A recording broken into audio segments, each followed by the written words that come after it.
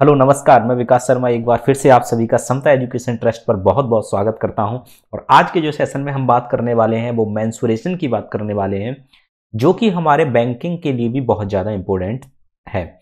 क्योंकि बैंकिंग के अंदर भी अक्सर देखा गया है, चाहे वो आपका प्रीलिम्स हो या मेंस लेवल हो, सभी में मेंसुरेशन से रिलेटेड एक क्वेश्चन जरूर पूछा जाता है।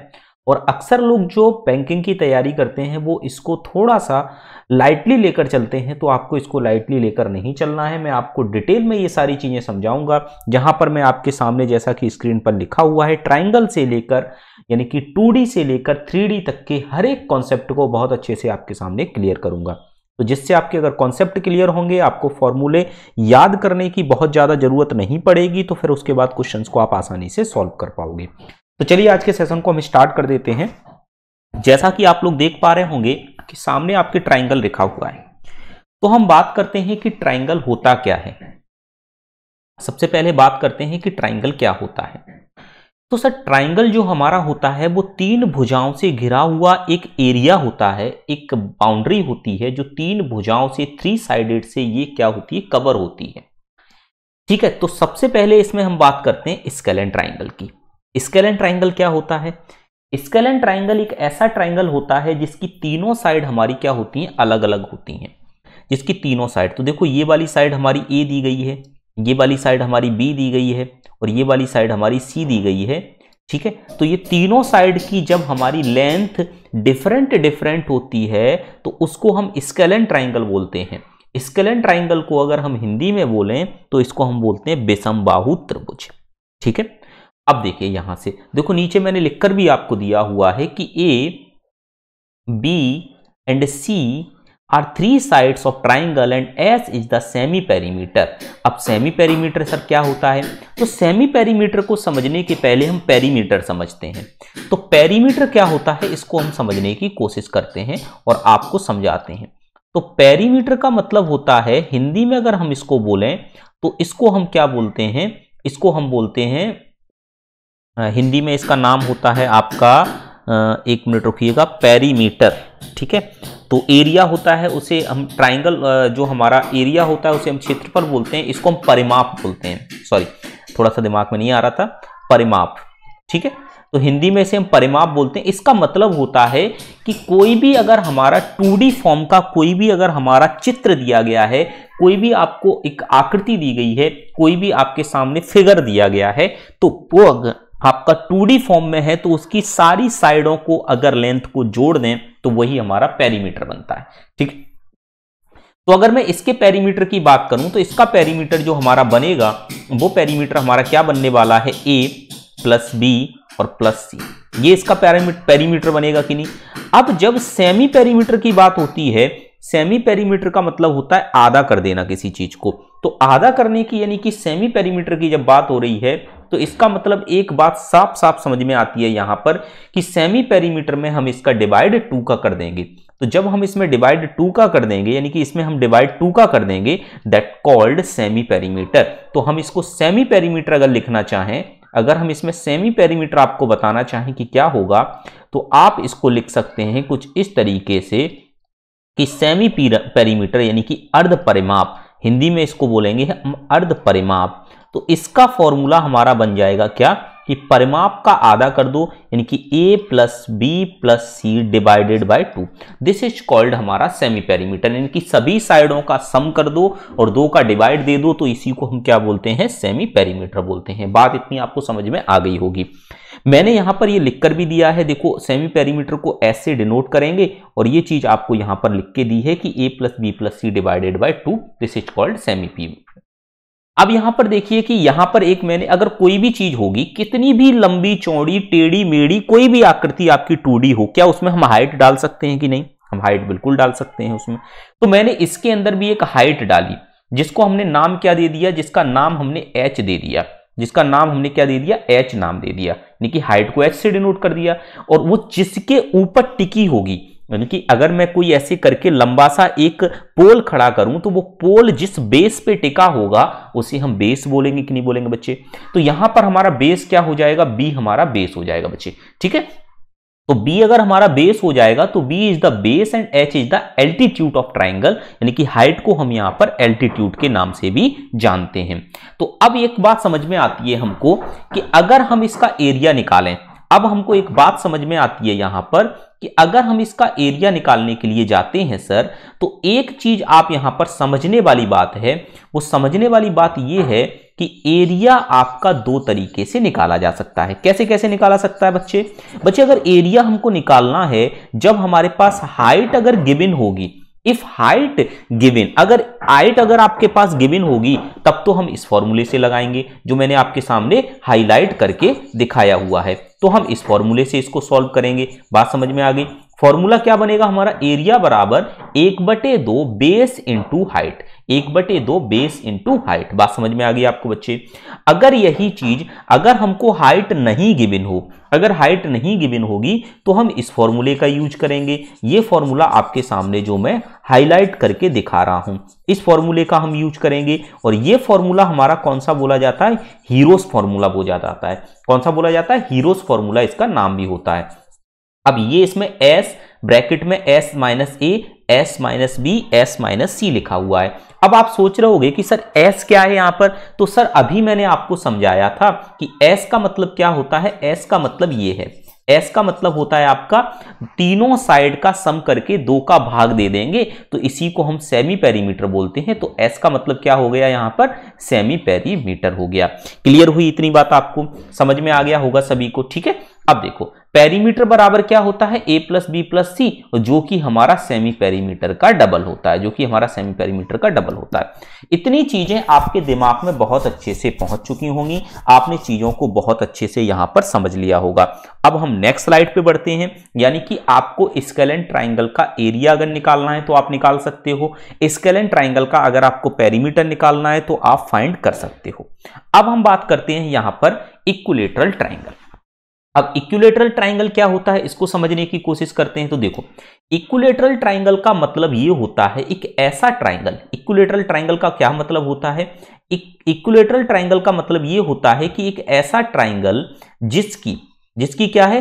तीनों साइड्स अगर इक्वल हैं। इक्विलैटरल ट्राइंगल का मतलब क्या होता है कि ऐसा ट्राइंगल जिसकी तीनों साइड हमारी क्या है? इक्वल हैं, तो उसे हम क्या बोलते हैं? इक्विलैटरल ट्राइंगल बोलते हैं। ये बात आपको समझ में आती है कि नहीं आती है बताओ? इक्विलैटरल ट्राइंगल बात समझ में आ गई आपको कि नहीं आ गई? अब देखो, तो आपने यहां पर देख पा रहे होंगे, आप लोग यहां पर देख भी पा रहे होंगे कि ये ए हमारा, देखो ये हमारा ए है और ये भी हमारा ए है। यानी कि आपको एक बात यहां पर सीधी सीधी समझ में आ रही है कि किसी ट्राइंगल की तीनों साइड अगर समान होती हैं तो this is called equilateral triangle. तो देखो ए हमारी क्या है यहां पर? ए हमारी यहां पर साइड को डिनोट कर रही है। तो जैसा कि मैंने आपको हर बार मैं बोलता हूं, मैं फिर से वही बात बोलूंगा कि अगर कोई भी अगर आकृति आपको 2D की शेप में दी गई है तो उसके अंदर हम एक हाइट डाल सकते हैं। तो इसके अंदर भी मैंने एक हाइट डाली, तो इसके अंदर जो मैंने हाइट डाली उसको नाम मैंने h दे दिया, उसका नाम मैंने क्या दे दिया? h नाम दे दिया। बात समझ में आ गई आपको कि नहीं बताओ? अब एक चीज देखो, तो h को हमने किससे डिनोट कर दिया? यहां पर हाइट से डिनोट कर दिया। तो h को हमने क्या लिख दिया? Height of altitude, height of altitude. बात समझ में आ गई आपको कि नहीं सभी को? ठीक है। अब देखो, तो अब बात आती है यहां पर कि h की वैल्यू कैसे निकले और एरिया कैसे निकले। तो देखना, समझने की कोशिश करना कि मैं क्या कहना चाह रहा हूं, उस चीज को जरा समझने की कोशिश करना आप। ठीक है। तो देखो मैं आपको इतना समय इस पे नहीं दूंगा जिससे कि आपको भी कंफ्यूजन लगे, क्योंकि ये एसएससी का पार्ट हो जाएगा कि अगर मैं आपको इसको पूरा इलेबोरेट करके सॉल्व करवाने की कोशिश करूं। ठीक है।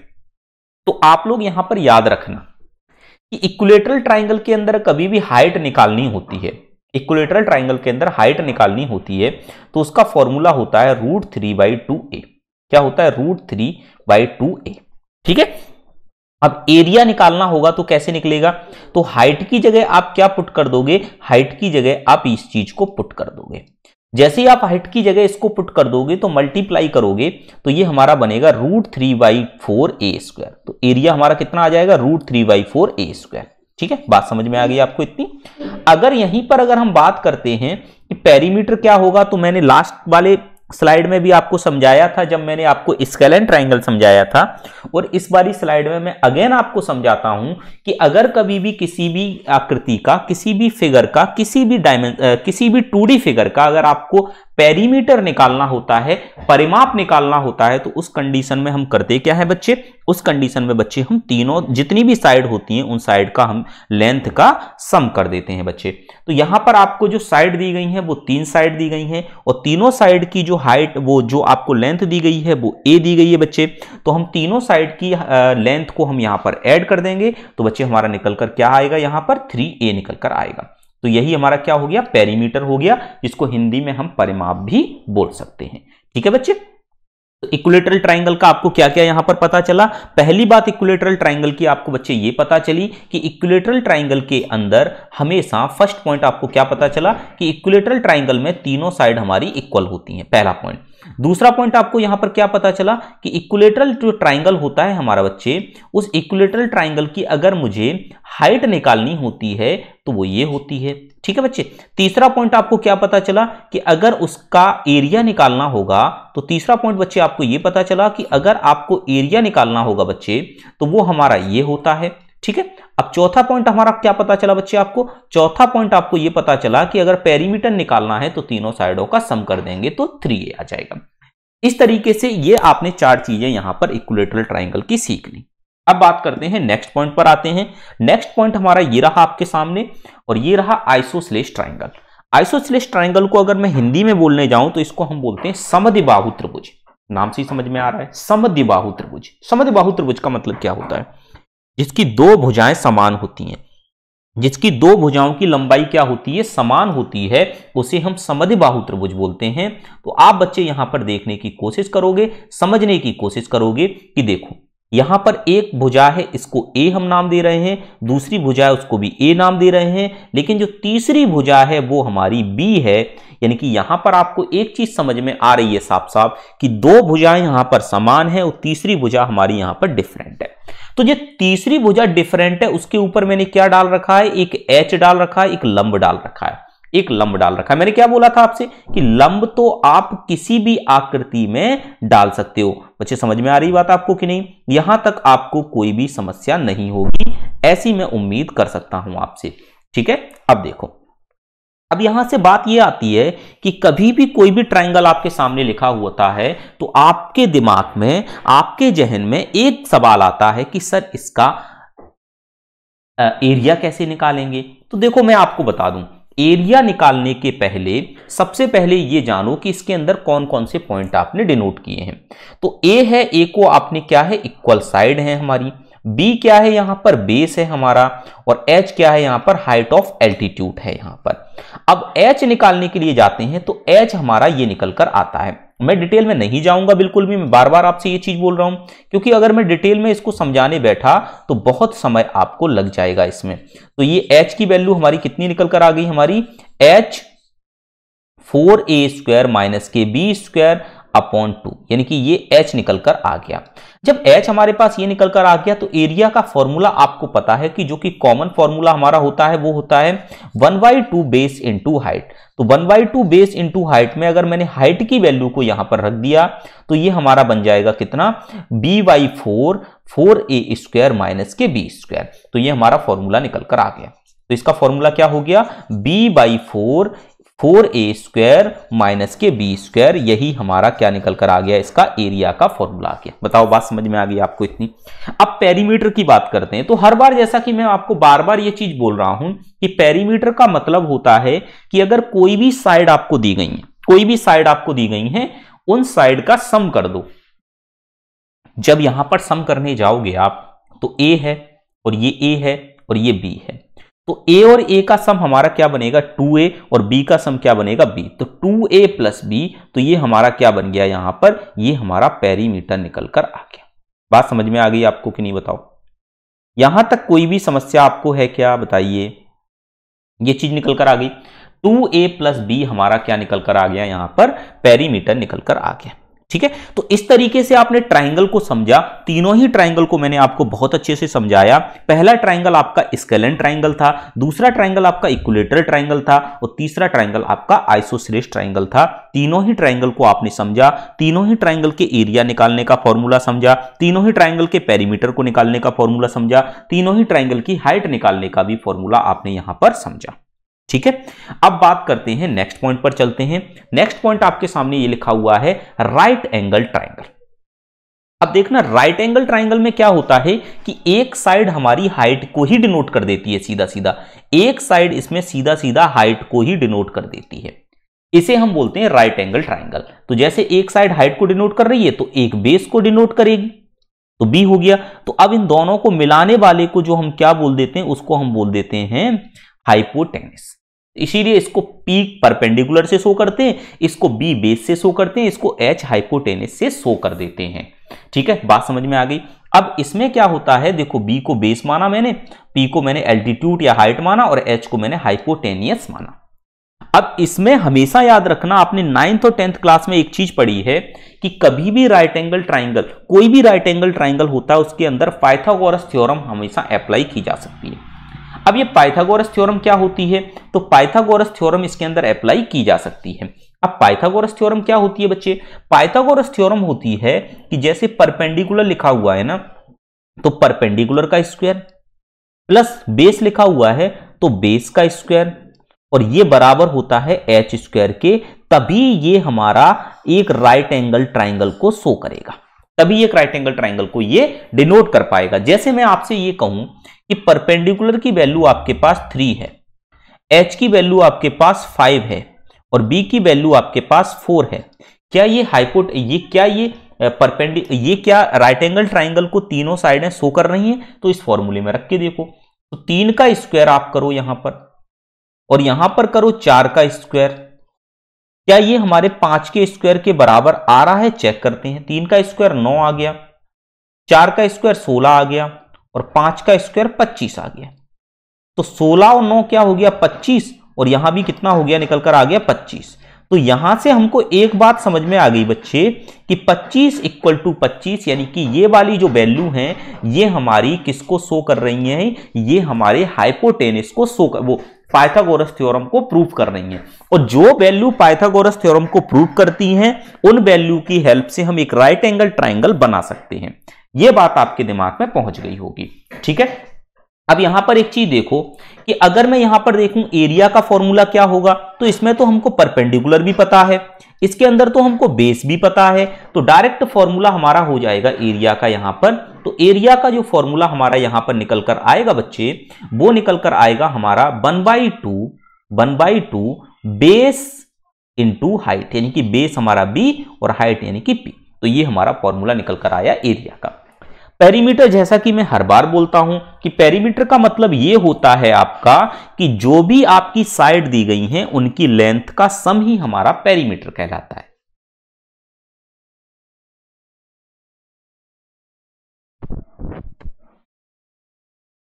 तो यहां पर हाइट कौन कौन सी, यहां पर आपकी लेंथ कौन कौन सी दी गई है? जैसे एक P दी गई है, एक B दी गई है और एक H यहां पर दी गई है। तो इससे हम कह सकते हैं कि B plus H plus P, this is called perimeter. इसी को हम क्या बोलते हैं? पेरीमीटर बोलते हैं, यानी कि परिमाप बोलते हैं। ये बात आपको समझ में आ गई बहुत अच्छे से, कोई भी समस्या आपको यहां तक नहीं होगी।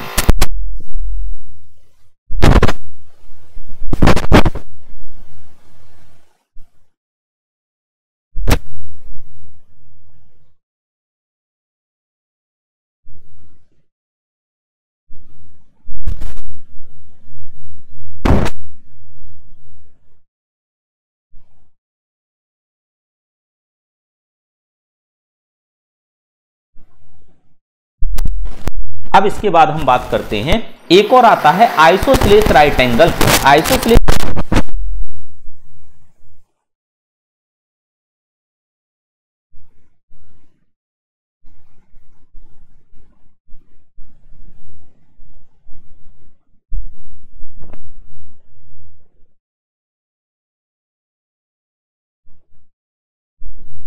आइसोसेलेस राइट एंगल के अंदर हमेशा याद रखना कि दोनों चीजें यहां पर जुड़ रही हैं। एक तो आइसोसेलेस की बात हो रही है, आइसोसेलेस क्या होता है इसके बारे में हम जानते हैं। तो पहला पॉइंट तो हमारा आ रहा है आइसोसेलेस क्या होता है, ठीक है। दूसरा पॉइंट आ रहा है राइट एंगल क्या होता है, राइट एंगल। तो आपको दोनों ही चीजें पता है। आइसोसेलेस का मतलब ये होता है कि जिसकी दो साइड इक्वल हो, ठीक है। तो यहां पर आप देखिए कि यहां पर एक तो ए दी गई है ये और दूसरी भी ए दी गई, तो दो साइड इक्वल हैं। दूसरा यहां पर परपेंडिकुलर बनना चाहिए, दो साइड के बीच में क्या बनना चाहिए, परपेंडिकुलर बनना चाहिए, 90 डिग्री का कोण बनना चाहिए। तो ये भी चीज यहां पर प्रूफ हो रही है। तो यही होता है आइसोसेलेस राइट एंगल ट्राइंगल। अब इसमें भी हमारा पाइथागोरस लग सकता है कि नहीं, तो देखो अगर इसके अंदर अगर आप पाइथागोरस लगाओगे तो पाइथागोरस तो ये कहता है आपसे, पाइथागोरस ये कहता है कि p का स्क्वायर प्लस b का स्क्वायर बराबर h का स्क्वायर।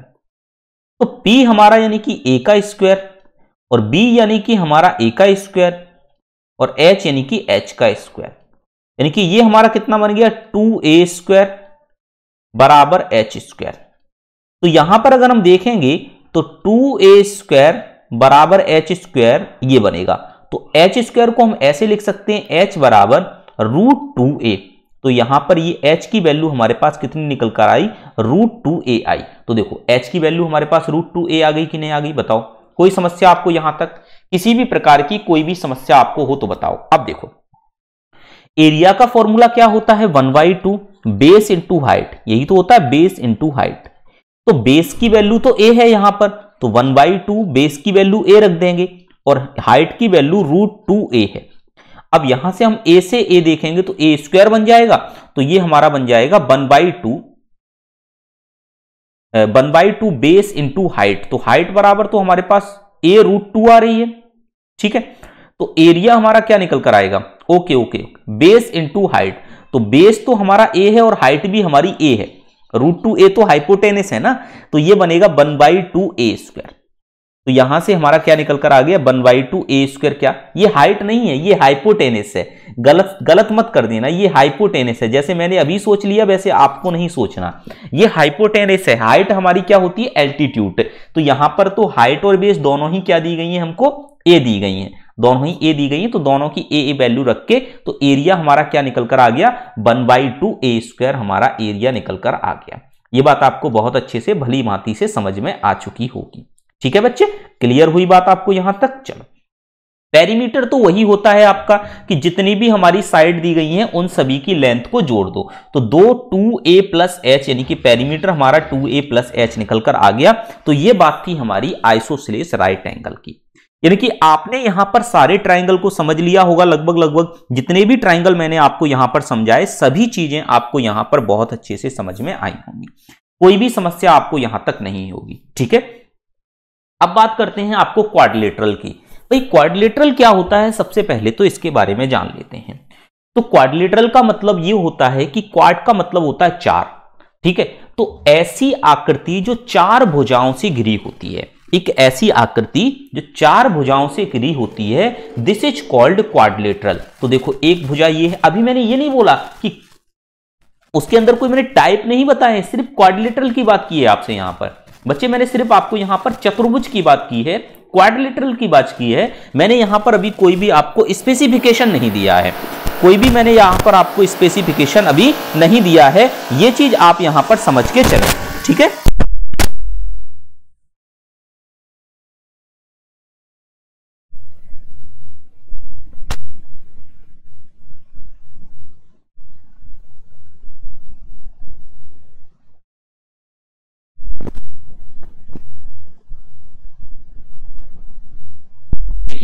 अब यहां पर बात हो रही है AC इज द डायगोनल। अब इसके अंदर क्या क्या चीजें होती हैं इनके बारे में जरा हम समझने की कोशिश करते हैं। तो देखो चार साइड कौन सी हैं, एक साइड तो ये रही, ठीक है, दूसरी साइड आपकी ये रही, तीसरी साइड आपकी ये रही और चौथी साइड आपकी ये रही। ये चार साइड दी गई है कि नहीं दी गई है, तो ये हमारा चार साइड से घिर गया, तो इसलिए हमको इसको क्वाड्रिलेटरल बोल देंगे। अब बात समझने की कोशिश करना बच्चे आप यहां पर कि अब अगर दो वर्टेक्सेस को मिलाने वाली जो लाइन बनती है, जैसे ये लाइन दो वर्टेक्सेस को मिला रही है AC, तो यहां पर क्या होगा AC इज द डायगोनल, इसीलिए AC को हम क्या बोलेंगे यहां पर, डायगोनल बोलेंगे। यानी कि जो दो ट्राइंगल को दो वर्टेक्सेस को मिला देती है उसे हम क्या बोलते हैं, उसे हम दो वर्टेक्सेस का मतलब ये वाले दो वर्टेक्सेस को नहीं, जैसे A और D को मिला रही है ये नहीं, दो वर्टेक्सेस को, यानी कि जो एक दूसरे के सामने होते हैं उन दो वर्टेक्सेस को मिला देती है ट्रांसवर्सल लाइन की तरह, उसे हम क्या बोलते हैं, डायगोनल बोलते हैं। बात समझ में आ गई बच्चे? अब देखो मैंने क्या बोला था आपसे कि कभी भी कोई भी आकृति होती है 2D शेप में, उसके अंदर हम हाइट डाल सकते हैं, उसके अंदर हम हाइट डाल सकते हैं कि नहीं। अब आप एक बात बताओ यहां पर बच्चे कि अब मैंने इसको जरा गौर से देखिएगा, मैं जो समझा रहा हूं उस चीज को जरा गौर से देखने की कोशिश करना। ये जो मैंने आपके सामने फिल किया, मैंने ये आपके सामने जो फिल किया इसको जरा गौर से देखो आप, ठीक है, ये मैंने जो आपके सामने फिल किया इसको जरा गौर से देखो आप। तो इसको जब आप गौर से देखोगे ये चीज, तो ये आपको एक ट्राइंगल नजर आएगा। ये मैंने आपके सामने जो फिल किया ये एक ट्राइंगल नजर आया कि नहीं आया, बताओ। अब इस ट्राइंगल के अंदर आप एक चीज बड़े गौर से देखो कि मैंने क्या बोला था, इस ट्राइंगल के अंदर ये H साइड डली गई है और ये हमारी क्या हो गई, इसके अंदर एक बेस हो गया। तो एक बात बताओ आप मुझे कि अगर एक ये ट्राइंगल है, मुझे नहीं पता कि इसकी हाइट क्या है, मुझे नहीं पता इसकी हाइट क्या है, मुझे नहीं पता इसकी लेंथ क्या है, इन तीनों की लेंथ अलग अलग होगी। तो अगर मैं इस ट्राइंगल को आपके सामने अलग से बनाकर दिखाना चाहूं, जैसे आप सोचना कि मैं इसको एक अलग से ऐसे करके बना देता हूं, ये है और ये ऐसे है, ठीक है, और बीच में ये हमारी एक हाइट डली हुई है, एक ऐसे करके H, इसका नाम D है, इसका नाम A है और इसका नाम C है। क्या ये वाला हमारा एक स्केलेन ट्राइंगल की तरह काम कर रहा है कि नहीं कर रहा है? बिल्कुल। तो अगर मैं इसके अंदर एरिया निकालूं तो क्या 1/2 AC इंटू H लिखूंगा कि नहीं? H को H1 लिखेंगे तो ये H बन आ जाएगा। क्लियर है बात आपको कि नहीं? तो मैं ये कहना चाह रहा था कि इस वाले ट्राइंगल का जो एरिया बनेगा वो बनेगा 1/2 इंटू AC और इंटू H1। इसी तरीके से इस वाले का बनेगा 1/2 AC और इंटू H2। Got it? इतनी बात हमारी समझ में आई होगी। तो एक जो क्वाड्रिलेटरल है वो दो ट्राइंगल से मिलकर ही बना होता है। तो दोनों ट्राइंगल का अलग अलग मैंने यहां पर एरिया निकाला, इन दोनों को मैंने ऐड कर दिया और जब मैंने दोनों को ऐड कर दिया बच्चे यहां पर, तो हमारे सामने जो निकलकर आया वो क्या निकलकर आया? ये निकलकर आया हमारे सामने। तो हमारे सामने क्या निकलकर आया बच्चे? हमारे सामने जो निकलकर आया वो ये चीज निकलकर आई, ठीक है, ये चीज हमारे सामने निकलकर आई, ये रही, ठीक है, क्लियर है? यानी कि 1/2 AC into H1 plus H2। तो ये हमारा एक एरिया का फॉर्मूला निकल कर आया क्वाड्रिलेटरल का, यानी कि चतुर्भुज का। पेरीमीटर की तो वही कहानी है सर। मैंने क्या बोला? पेरीमीटर का मतलब ये होता है कि कोई भी 2D आकृति, कोई भी दो डायमेंशनल की आकृति होती है, उसके मतलब साइड्स का अगर आप लेंथ का सम कर दोगे तो आपका परिमाप निकल कर आएगा, आपका पेरीमीटर निकल कर आएगा। यह बात आपको समझ में आ गई कि नहीं आ गई बताओ? यहां तक चीजें समझ में आ गई आप सभी को कि नहीं आ गई?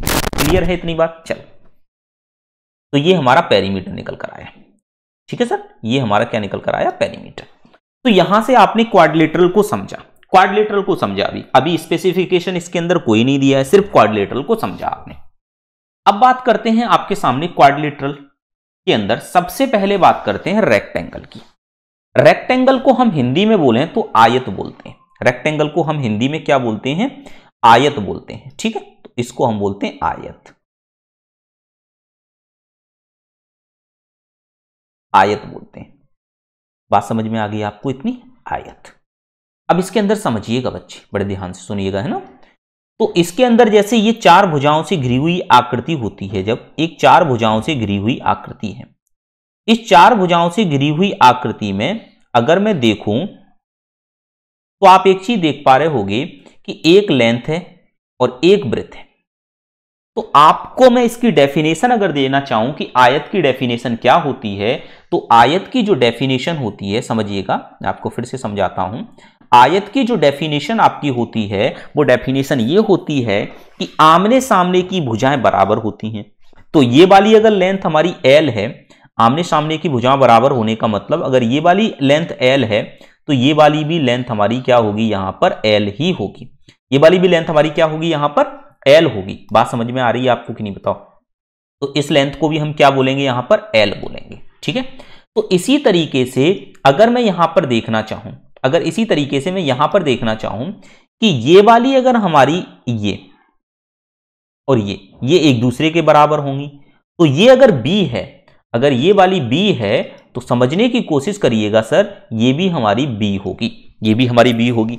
अब दूसरी चीज, एक चीज तो आपको ये समझ में आ गई कि आमने सामने की भुजाएं बराबर होती हैं, तो आमने सामने की भुजाएं बराबर लिखती हैं। दूसरी चीज इसके अंदर क्या होती है कि जो प्रत्येक कोण बनता है वो 90 डिग्री का बनता है। प्रत्येक कोण कितने का बनता है, यहां पर 90 डिग्री का बनता है। ये बात भी यहां पर समझने वाली है। ठीक है, तो ये प्रत्येक कोण हमारा कितने का बनता है, 90 डिग्री का। ये 90 का बनेगा, ये भी 90 का बनेगा, ये भी 90 का बनेगा, और ये भी हमारा 90 का बनेगा। तो प्रत्येक कोण हमारा 90 डिग्री का बनता है। ये भी चीज यहां पर समझने वाली है। और आमने सामने की भुजाएं बराबर और पैरेलल भी होती हैं। आमने सामने की भुजाएं बराबर भी होती हैं और पैरेलल भी होती हैं। तो ये दो तीन चीजें आपने समझी यहां पर। अगर मैं इनका नाम देना चाहूं, अगर मैं इनको नाम देना चाहूं तो मैं इसको जैसे बोलूं, अगर मैं इनका नाम देना चाहूं तो जैसे मैं इसको बोलूं ए, इसको बोलूं बी, इसको बोलूं सी, और इसको बोलूं मैं डी। तो यहां पर मैं क्या कहूंगा, मैं सबसे पहले तो ये बात बोलूंगा, यहां पर मैं यहां पर क्या कहूंगा बच्चे, मैं बोलूंगा ए बी बराबर है सी डी के या डी सी के, और ए बी पैरेलल है सी डी के। पहला पॉइंट। ठीक है, ए बी बराबर है सी डी के और ए बी पैरेलल है सी डी के। दूसरा पॉइंट, ए डी बराबर है बी सी के और ए डी पैरेलल है बीसी के। ठीक है, ये दो पॉइंट आपको यहां पर समझ में आ गए कि नहीं आ गए, बताओ कोई समस्या आपको? यानी कि ए बी बराबर है डीसी के और ए बी पैरेलल है सीडी के, एडी बराबर है बीसी के और एडी पैरेलल है बीसी के। ये चीज आपको यहां पर क्लियर हुई होगी। ठीक है, इसके अंदर अब इसके अंदर क्या होता है समझने की कोशिश करिएगा। अगर मुझे एल एरिया निकालना है तो एरिया क्या होगा समझिएगा, एरिया इसका क्या होगा समझिएगा। तो इसका एरिया जो होता है वो होता है length into breadth, L into B, यानी कि एरिया इसका क्या बनता है, लेंथ इंटू ब्रेथ।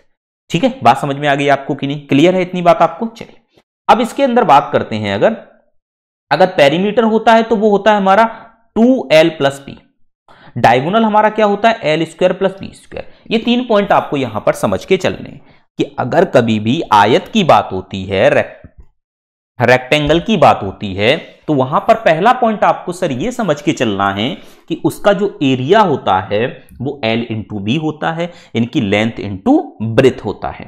पेरीमीटर जो होता है वो 2l प्लस बी होता है। अगर डायगोनल होता है तो रूट के अंदर L square plus B square होता है।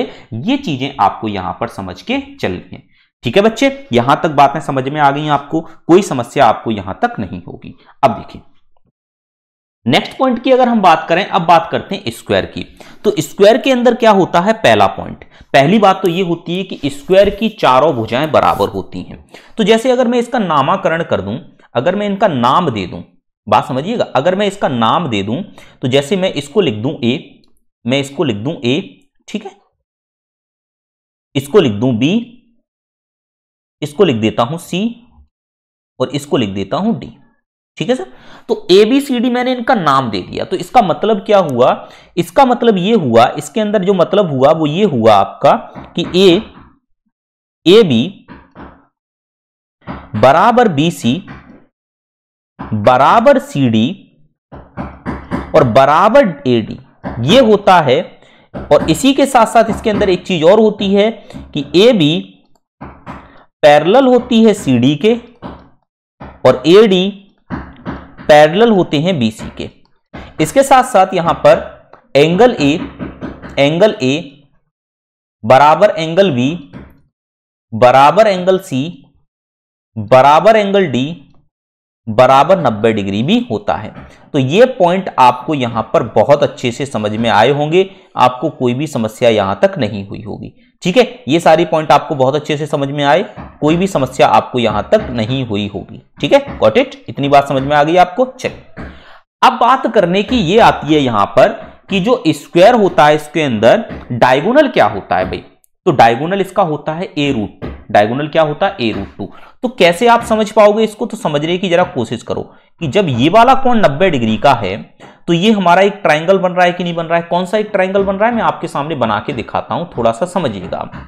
ये हमारा एक ट्राइंगल बनेगा कि नहीं, ये वाला, ठीक है, ये वाला और ये हमारा एक ट्राइंगल बन रहा है कि नहीं, और ये हमारा एक राइट एंगल ट्राइंगल बन रहा है। तो राइट एंगल ट्राइंगल के अंदर अगर हम पेरीमीटर वाला फॉर्मूला लगा देंगे, कौन सा, सॉरी फॉर्मूला, इसके अंदर अगर हम फॉर्मूला ये वाला लगा देंगे कि p² प्लस b² बराबर h², तो अगर मैं ये वाला फॉर्मूला लगाऊंगा तो यहां p की वैल्यू हमारे पास क्या हो जाएगी, a² और यहां पर भी a² और बराबर के d²।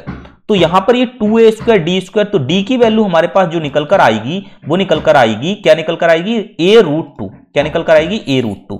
तो इसीलिए यहां पर जो डायगोनल हमारा निकल के आया है, जो डायगोनल हमारा निकल कर आया है वो निकल कर आया है a√2। ये बात समझ में आ गई आपको, क्लियर है इतनी बात आपको।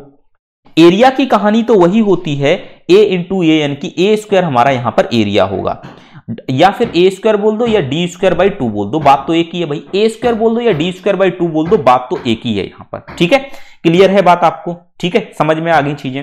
अब देखो, अगर पेरीमीटर की बात करें तो पेरीमीटर का मतलब ही होता है कि जितनी भी आपके पास साइड दी गई है सभी की लेंथ को जोड़ दो तो हमारा पेरीमीटर यानी कि परिमाप निकल कर आता है। तो यहां पर अगर सभी की साइड को अगर आप यहां पर जोड़ने के लिए जाते हो तो आपको a plus a plus a plus a यानी कि 4a यहां पर निकल कर आएगा। तो ये हमारा स्क्वायर हो गया। इतनी बात समझ में आ गई आपको, ठीक है। अब देखो, इसके बाद हम बात करते हैं पैरेललोग्राम की।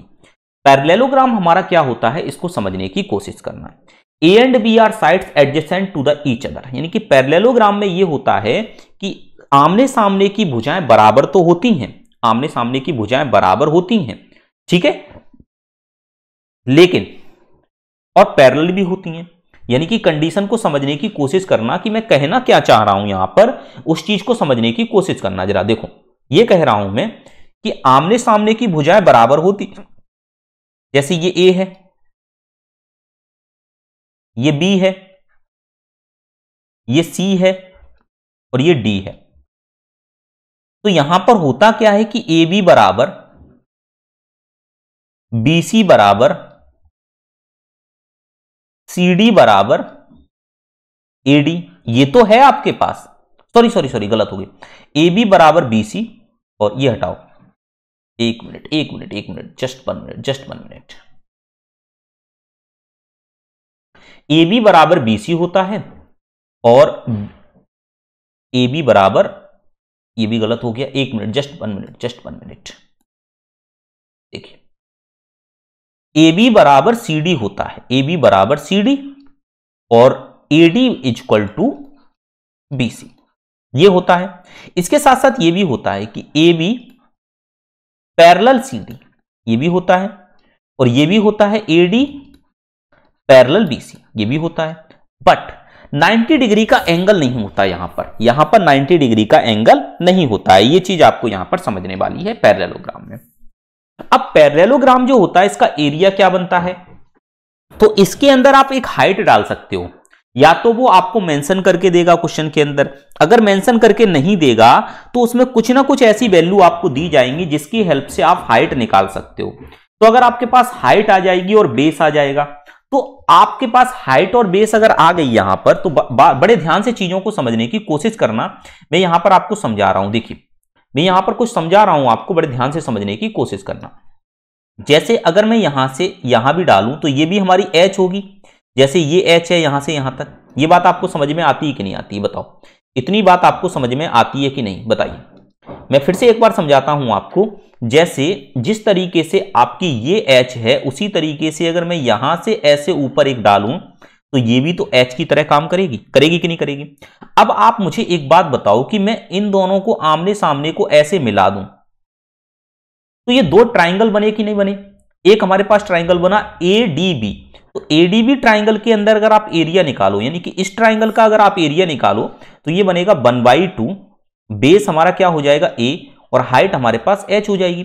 अगर मैं इस वाले ट्राइंगल का एरिया निकालने के लिए जाऊं तो ये हमारा हो जाएगा 1/2, बेस A हो जाएगा और हाइट h हो जाएगी। बात समझ में आ रही है कि नहीं आ रही, बताओ। अब मैं इन दोनों को ऐड कर देता हूं तो टोटल ट्राइंगल हमारा कितना, क्या एरिया बन जाएगा हमारा। तो अगर मैं इसको ऐड कर दूं, अब मैं इनको ऐड कर दूं, किस किस को ऐड कर देता हूं, 1/2 यानी कि इस वाली को ऐड कर देता हूं, इसको और इसको ऐड कर देता हूं। इन दोनों को अगर मैं ऐड कर दूं, इन दोनों को, तो हमारे पास क्या निकल कर आएगा, a इंटू एच निकल कर आएगा।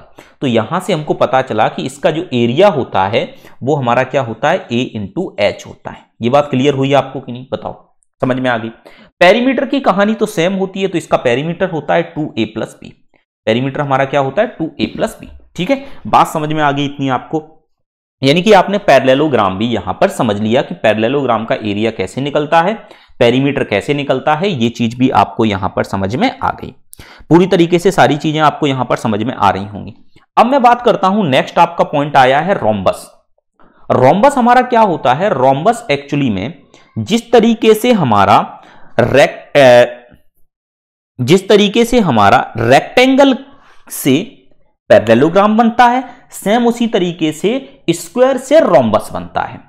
स्क्वायर के अंदर और रोम्बस के अंदर सारी चीजें सेम होती हैं, बस एक चीज अलग होती है। वो क्या अलग होती है, वो होती है इसके अंदर 90 डिग्री का एंगल नहीं होता। इसके अंदर 90 डिग्री का एंगल नहीं होता। जब इसके अंदर 90 डिग्री का एंगल नहीं होता है तो इसका ये जो D1 है ये हमारा डायगोनल है और D2 डायगोनल है, तो इसका जो एरिया निकाला जाता है, इसका एरिया का फॉर्मूला होता है वो 1/2 D1 इंटू D2 होता है।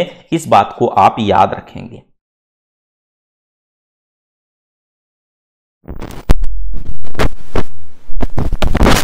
डायगोनल का जो फॉर्मूला होता है वो 1/2 D1 इंटू D2 होता है। इस बात को आप लोग यहां पर बहुत अच्छे से समझ के चलेंगे।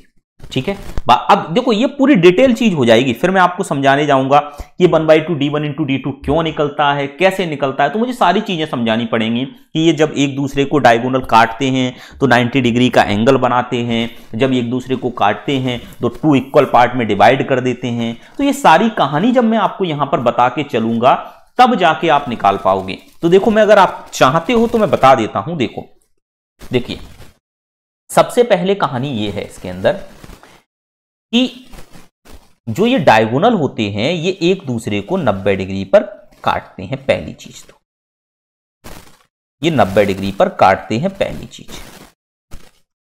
पहला पॉइंट। फिर उसके बाद जब ये काटते हैं जिस जगह पे, वहां से ये बराबर बराबर लेंथ बनाते हैं। जैसे ये D2/2 है इतनी, तो ये भी इधर वाली D2/2 हो जाएगी, इधर D1/2 हो जाएगी इतनी, D1/2, और ये ऊपर वाली हो जाएगी D1/2। तो मैं एक ट्राइंगल इसके अंदर से उठा लेता हूं, ये वाला, ये सिंपल सा एक छोटा सा ट्राइंगल मैंने यहां से उठा लिया ऐसे।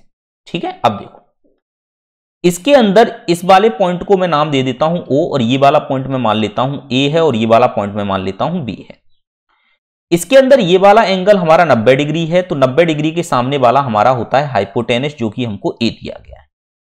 ये हमको D1/2 दिया गया है और ये D2/2 दिया गया है।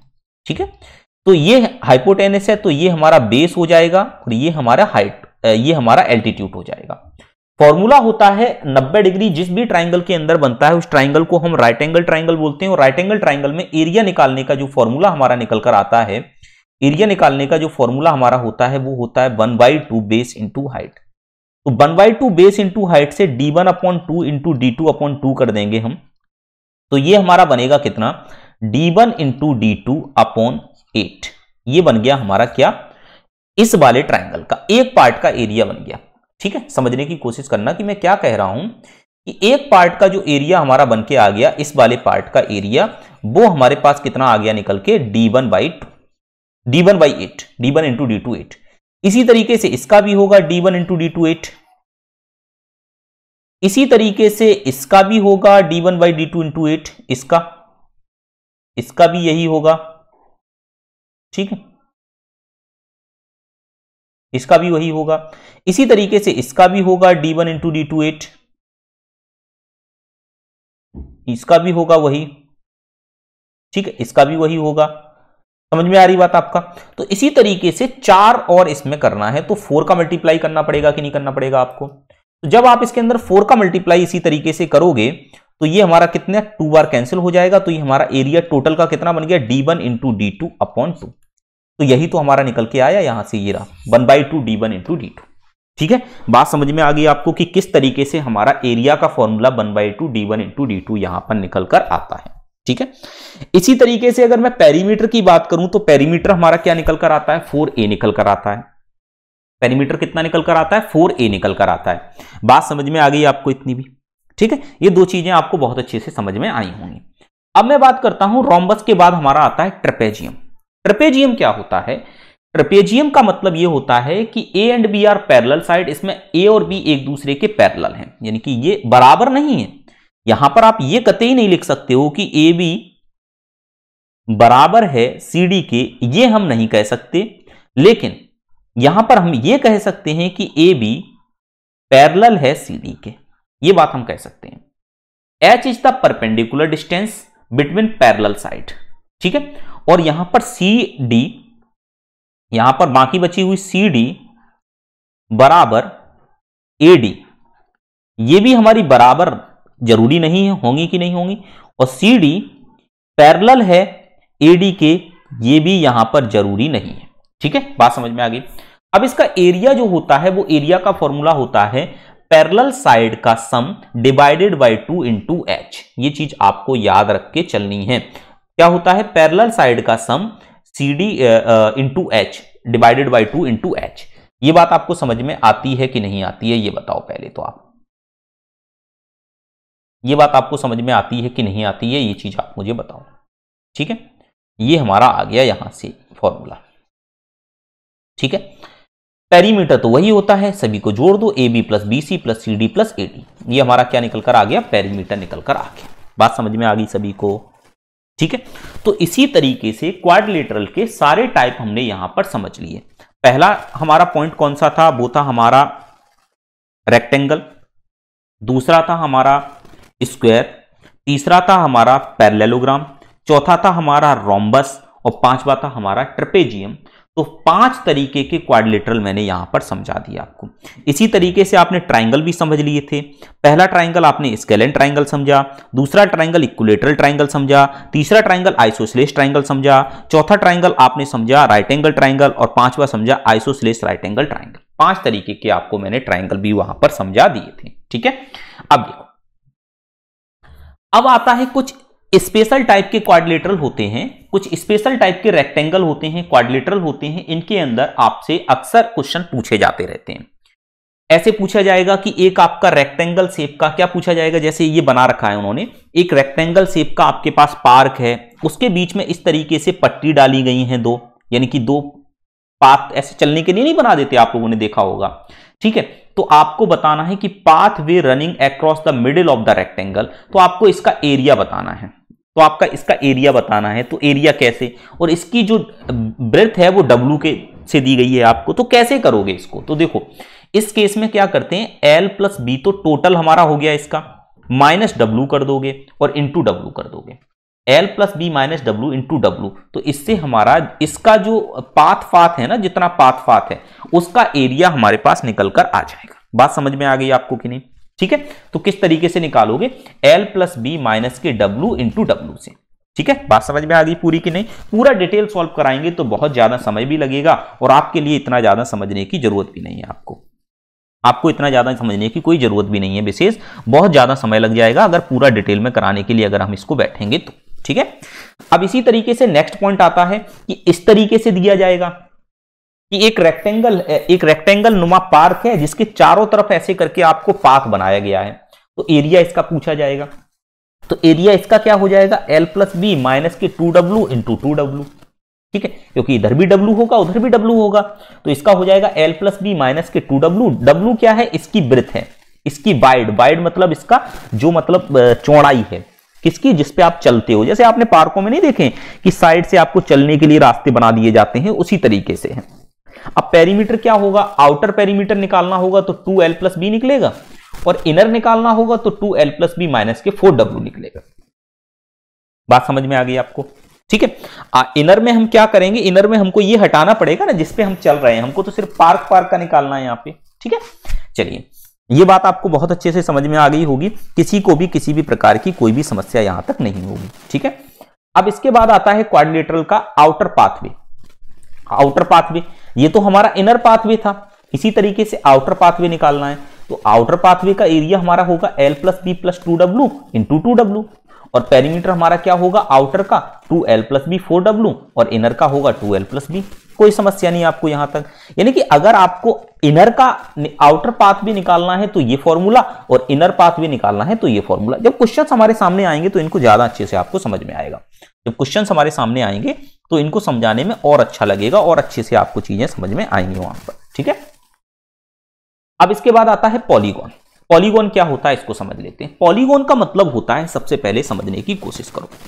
पॉलीगॉन का मतलब ये होता है कि ऐसा कोई भी बहुभुज, पॉलीगॉन को हिंदी में बोलते हैं बहुभुज, ऐसा कोई भी बहुभुज जिसके अंदर बहुत सारी साइड दी जाती हैं, बहुत सारी साइड दी जाती हैं, उसे हम पॉलीगॉन बोलते हैं। इसके अंदर हमारा ट्राइंगल भी एक पॉलीगॉन का पार्ट है, क्वाड्रिलेटरल भी एक पॉलीगॉन का पार्ट है, पेंटागन भी एक पॉलीगन का पार्ट है, हेक्सागन भी एक पॉलीगन का पार्ट है। तो लेकिन इसमें इंपोर्टेंट क्या है? इंपोर्टेंट है हेक्सागन, रेगुलर हेक्सागन। तो रेगुलर हेक्सागन है तो रेगुलर का मतलब जिसकी सभी साइड इक्वल दी जाए। जैसे ये साइड ए है, ये साइड ए है, ये साइड ए है, ये साइड ए है, ये साइड ए है, ये साइड ए है, तो इसको रेगुलर हेक्सागन बोल रहे हैं। तो इसका जो एरिया होता है वो 3√3 2a² होता है। वैसे इसको हम इस तरीके से भी कर सकते हैं। कैसे? जैसे आपको, अगर आप इसमें देखें, अगर आप इसमें गौर करेंगे, गौर फरमाएंगे अगर आप इसके अंदर, तो आपको एक चीज समझ में आएगी कि आपको √3/4 a² हमारा किसका फॉर्मूला होता है? ये हमारा होता है इक्विलेटरल ट्राइंगल का। अगर मैं इसके अंदर 6 का मल्टीप्लाई कर दूं ऐसे, तो देखना ये 2 बनेगा और ये 3 बनेगा, तो आंसर हमारा यही तो निकल कर आ रहा है 3√3/2 a²। आ रहा है कि नहीं आ रहा है बताओ? तो इसका मतलब ये हो गया कि इसके अंदर 6 इक्विलेटरल ट्राइंगल बन रहे होंगे। तो बिल्कुल करेक्ट बात है, इसके अंदर 6 इक्विलेटरल ट्राइंगल बनते हैं। कैसे बनते हैं देखो, अगर मैं इसके अंदर कॉमन पॉइंट ले लूं, अगर मैं इसके अंदर कॉमन पॉइंट यहां पर ले लूं कोई, तो देखिए इसको अगर ऐसे मिलाओ आप, इनको ऐसे मिलाओ, 1 2 3 4 5 6, देखो 6 बन गए कि नहीं? 1 2 3 4 5 6 बने कि नहीं बने बताओ? तो 6 अगर हमारे बने तो एक का एरिया अगर हम इक्विलेटरल ट्राइंगल का निकालेंगे तो वो हमारा √3/4 a² होगा। 6 का मल्टीप्लाई कर देंगे तो हमारे पास निकल कर आ जाएगा रेगुलर हेक्सागन का एरिया। पेरीमीटर हमारे पास दिया ही गया है। इतनी बात आपको समझ में आती है कि नहीं बताओ? यहां तक आपको किसी भी प्रकार की कोई भी समस्या हो तो बता दीजिए आप। अब देखो, अब आता है यहां पर रेगुलर ऑक्टागन। रेगुलर ऑक्टागन का जो एरिया होता है वो होता है 2a² ब्रैकेट में 1 + √2। याद रखना है थोड़ा सा, 2a² ब्रैकेट में 1 + √2, ये चीज आपको याद रखनी है। अगर आप रख सकते हो तो, अगर आप रख सकते हो तो याद रखना है आपको कि रेगुलर ऑक्टागन का जो फॉर्मूला होता है वो 2a² 1 + √2 होता है और पेरीमीटर तो 8a होता है। हेक्सागन का तो आपको याद करने की जरूरत है ही नहीं, मैंने बता दिया। रेगुलर लगाने का मतलब यही है कि सभी की साइड बराबर है। रेगुलर नहीं लगाएंगे तो किसी की साइड अलग भी हो सकती है। ऑक्टागन यानी कि 8 साइडें तो बनानी है, कैसी भी बना दो भाई, ठीक है। तो इसीलिए रेगुलर हेक्सागन और रेगुलर ऑक्टागन की ही यहां पर हम बात कर रहे हैं। क्लियर है इतनी बात आपको? सभी को समझ में आ रहा है? अब देखो, अब बात करते हैं सर्कल की। अभी हम पूरा 2D ही खत्म नहीं किए हैं, अभी हम सर्कल की बात करते हैं। तो सर्कल हमारा क्या होता है? किसी भी एक पॉइंट से एक निश्चित दूरी लेकर चारों तरफ खींचा गया गोलाकार एरिया, उसे ही हम क्या बोलते हैं? सर्कल बोलते हैं। तो एक निश्चित पॉइंट मैंने ले लिया, ये एक निश्चित पॉइंट है, ये रहा एक निश्चित पॉइंट ले लिया भाई, ले लिया कि नहीं बताओ? ये एक निश्चित पॉइंट है। इस निश्चित पॉइंट से, ठीक है, इस निश्चित पॉइंट से एक हमने क्या ले ली? यहां पर निश्चित दूरी ले ली, ये एक निश्चित दूरी है। बात समझ में आ रही? और यहां से मैंने, यहां से एक मैंने क्या कर दिया? एरिया ऐसे करके खींच दिया, ऐसे, ये ऐसे करके एरिया खींच दिया मैंने ऐसे। तो चारों तरफ ऐसे करके खींचते गए, तो ये हमारा जो गोलाकार क्षेत्र आपने घेरा, इसी को हम क्या बोलते हैं? सर्कल बोलते हैं। हिंदी में बोले तो वृत्त बोलते हैं, ठीक है। अब इसका जो रेडियस ऑफ द सर्कल है, अगर इसका रेडियस निकालना है, वो r है, हमको r से डिनोट कर दिया मैंने। r बराबर हम क्या बोलते हैं? रेडियस बोलते हैं। r बराबर हमने क्या बोला? इसको रेडियस बोला, तो इसको हम बोलते हैं रेडियस, ठीक है। आर से डिनोट करते हैं। अब इसके अंदर क्या आता है, एरिया निकालना है, तो एरिया का फॉर्मूला होगा पाई आर स्क्वायर। याद रखना आप लोगों ने बचपन से ही पढ़ रखा होगा, तो एरिया का फॉर्मूला इसके अंदर क्या हो जाएगा, पाई आर स्क्वायर हो जाएगा। ये चीज आपको बचपन से ही पता होगी, पाई आर स्क्वायर हो गया, ठीक है सर।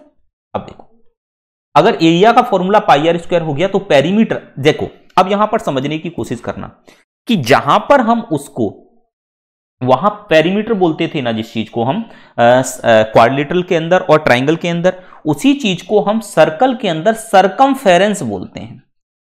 सरकमफेरेंस, उसी चीज को हम क्या बोलते हैं, सरकमफेरेंस बोलते हैं, ठीक है। तो ये 2 पाई आर होती है, क्या होती है, 2 पाई आर होती है, ठीक है। पाई की वैल्यू हम क्या लेकर चल सकते हैं, 22/7 भी लेकर चल सकते हैं, 3.14 भी लेकर चल सकते हैं, ठीक है, ठीक है। अप्रॉक्स है 3.14। जैसा हमको एग्जाम में दिया गया होगा, जैसे ऑप्शन दिए गए होंगे, पॉइंट में दिए गए होंगे, तो इस तरीके से, या फिर वो हमको वहां पर लिखकर ही देता है कि कौन सा यूज करना है, वो लिखकर ही देगा कि कौन सा वाली वैल्यू आपको यूज करना है।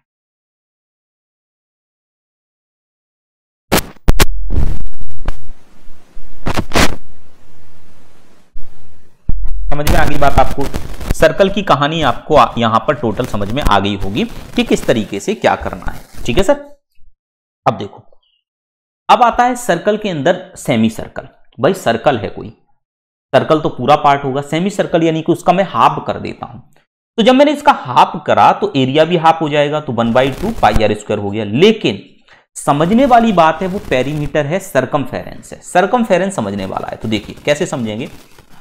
अब मैंने क्या बोला कि अगर पूरा है हमारा ऐसे करके तो 2 पाई आर होता है, लेकिन यहां से यहां तक का, अगर मैं यहां से यहां तक का लेकर चलूं, यहां से यहां तक का पॉइंट लेकर चलूं, तो ये हमारा पाई आर हो जाएगा कि नहीं हो जाएगा। लेकिन उसमें तो ये वाली लेंथ आ नहीं रही थी, उसमें तो ये लेकिन इसमें तो ये भी लेंथ आ रही है ना, तो इसका 2r भी तो ऐड हो जाएगा। इसीलिए इसका जो पेरीमीटर बनता है, ये थोड़ा सा ध्यान रखना इंपॉर्टेंट है, पाई आर प्लस 2r होता है। औरों की तरीके से डायरेक्ट हाफ मत कर देना, वरना कहीं आप इसका भी सरकमफेरेंस सेमी सर्कल का पाई आर बताने लगो, जो कि गलत भी हो सकता है आपका, जो कि आपका गलत भी हो सकता है। गलत हो क्या सकता है, हो ही जाएगा गलत, ठीक है। तो इसको थोड़ा सा केयरफुली समझ के चलना, और इसीलिए मैं इसका लिख देता हूं आपके लिए, ये इंपॉर्टेंट भी है पॉइंट आपका। गॉट इट, बात समझ में आ गई आपको। तो ये हमारा सेमी सर्कल था। सेमी सर्कल को आपने बहुत अच्छे से यहां तक समझा, बहुत अच्छे से आपको यहां पर सेमी सर्कल समझ में आया कि किस तरीके से हमारी चीजें होती हैं, उनमें हम किस तरीके से हमको पेरीमीटर निकालना होता है। तो सेमी सर्कल के अंदर जो सबसे ज्यादा समझने वाली चीज है वो यही है कि पेरीमीटर क्या होता है, ठीक है।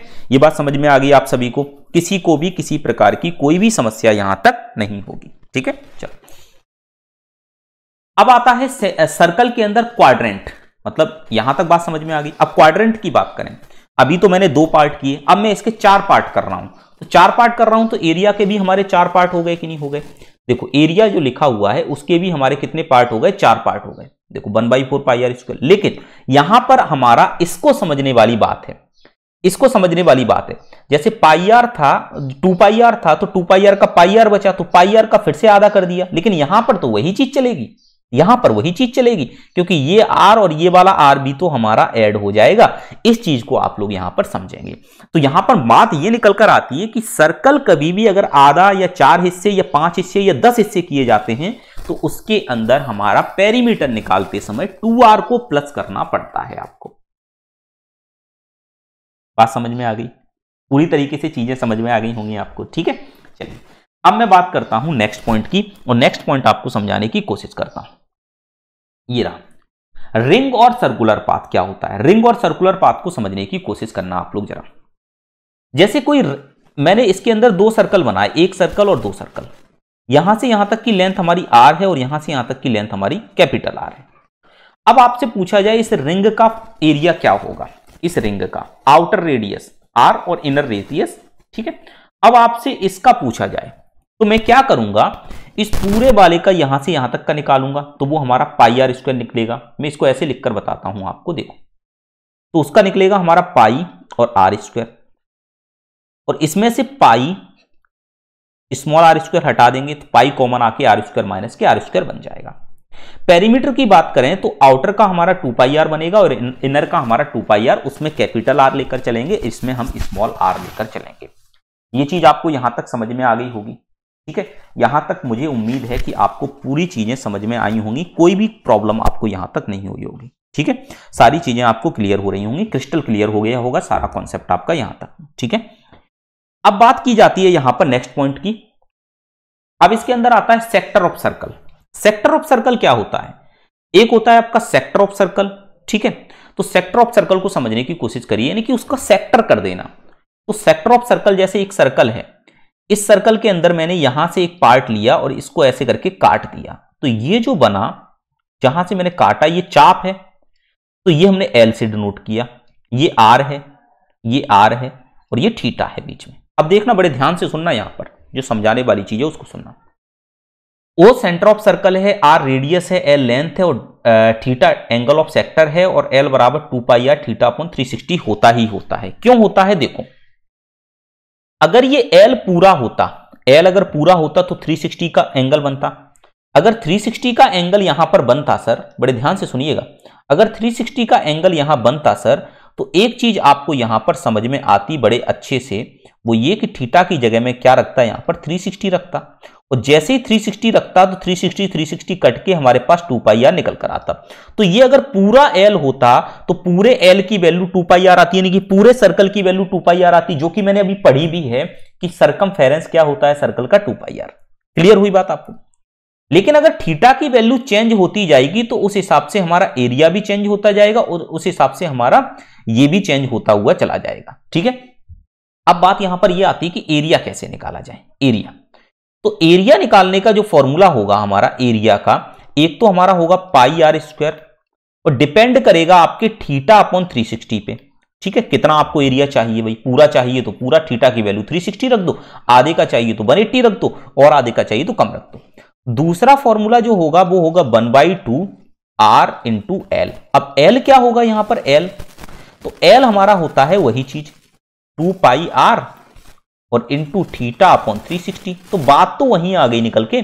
चाहे तो आप डायरेक्ट एरिया का फॉर्मूला लगा दो अगर आपके पास वो चीजें दी गई हैं, तो अगर आपको एल की वैल्यू दी गई है और इधर से आर की वैल्यू दी गई है तो 1/2 आर इंटू एल वाला फॉर्मूला लगा दो।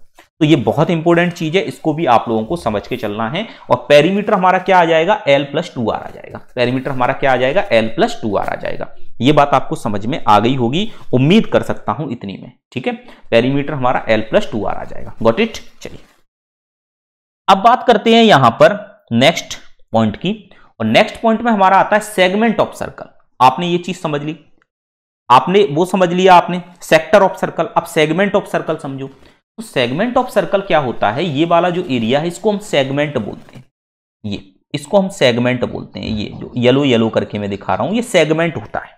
अब ये कैसे निकलता है, तो याद रखना कि एरिया ऑफ सेगमेंट एसीबी, अगर मुझे एरिया ऑफ सेगमेंट एसीबी निकालना है तो ये हमारा होता है कैसे, कैसे निकलेगा, ये निकलेगा हमारा आर स्क्वायर, ठीक है, कॉमन आ जाएगा, और पाई थीटा अपॉन 360। यानी कि हम ऐसे भी कह सकते हैं, दूसरे तरीके से मैं अगर आपको समझाना चाहूं तो मैं ऐसे कह सकता हूं कि इसको कैसे निकाला जा सकता है, वो चीज मैं ऐसे भी समझा सकता हूं कि पाई आर स्क्वायर, मैं ऐसे लिखूं pi R square theta upon 360 और माइनस कर दूंगा R square sine theta upon 2।